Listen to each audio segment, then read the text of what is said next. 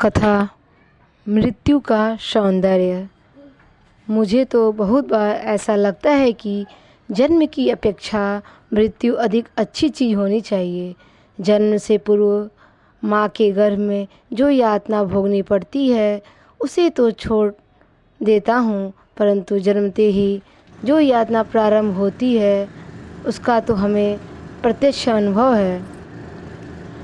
उस समय की पराधीनता कैसी है, और वह तो सबके लिए एक सी होती है।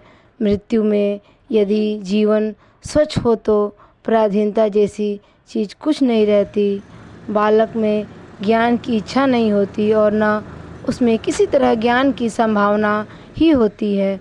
मृत्यु के समय तो ब्राह्मी स्थिति की संभावना है, इतना हो नहीं, बल्कि हम जानते हैं कि बहुत लोगों की मृत्यु ऐसी स्थिति में होती है।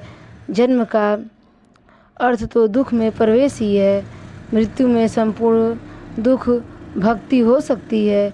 इस प्रकार मृत्यु के सौंदर्य के विषय में, उसके लाभ के विषय में हम कुछ विचार कर सकते हैं और इसे अपने जीवन में संभवनीय बना सकते हैं।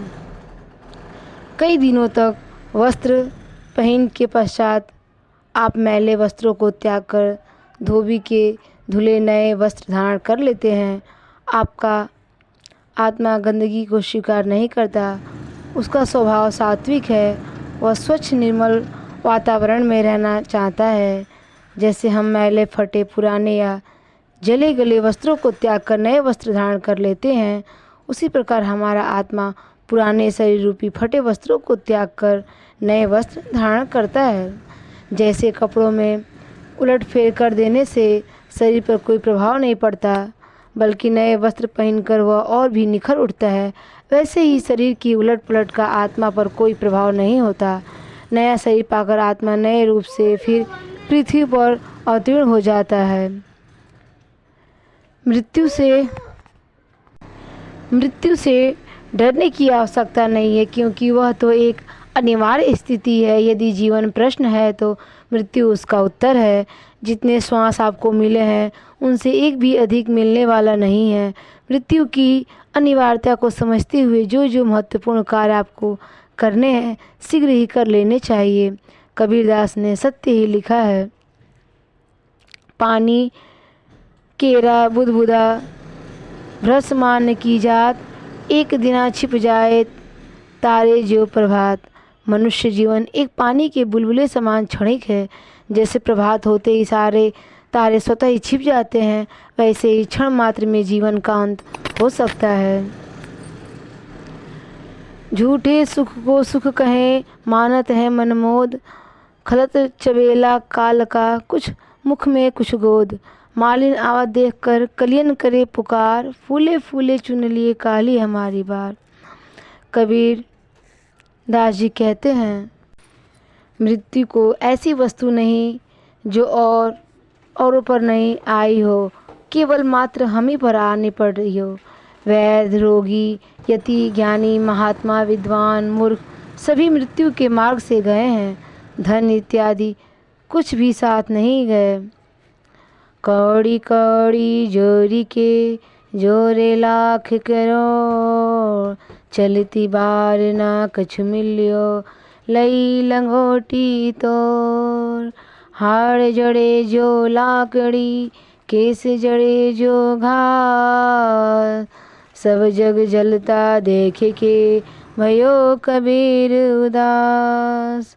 जब मृत्यु का बुलावा आता है तब कोई भी उसे नहीं रोक सकता।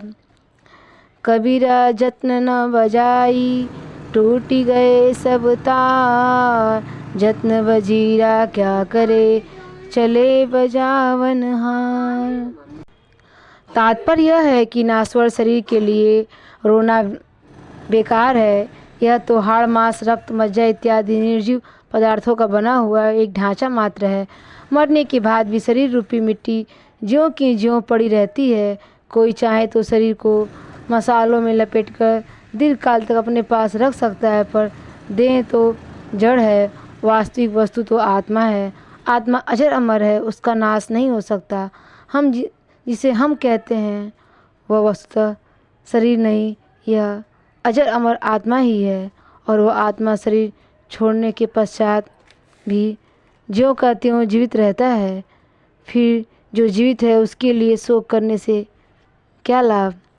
भगवान ने गीता में कहा है, वांशसी जीराणि यथा विहाय नवानि गृहाति नरोपराणि तथा शिरामणि विहाय जीर्णा नैन्यानि संयति नवानि देहि। अर्थात जैसे मनुष्य पुराने वस्त्रों को त्याग कर दूसरे नए वस्त्र को ग्रहण करता है, वैसे ही जीवात्मा पुराने शरीर को त्याग कर दूसरे नए शरीर में प्राप्त होता है। अतः मनुष्य से डरने की कोई आवश्यकता नहीं है। मरने के बाद भी आत्मा का अस्तित्व रहता है। परलोक और पूर्व जन्म भी जीव इस शरीर को त्याग कर दूसरे शरीर में चला जाता है। गीता में भगवान ने कहा है, जैसे जीवात्मा की इस देह में बालकपन, जवानी और वृद्धावस्था होती है, वैसे ही अन्य शरीर की प्राप्ति होती है।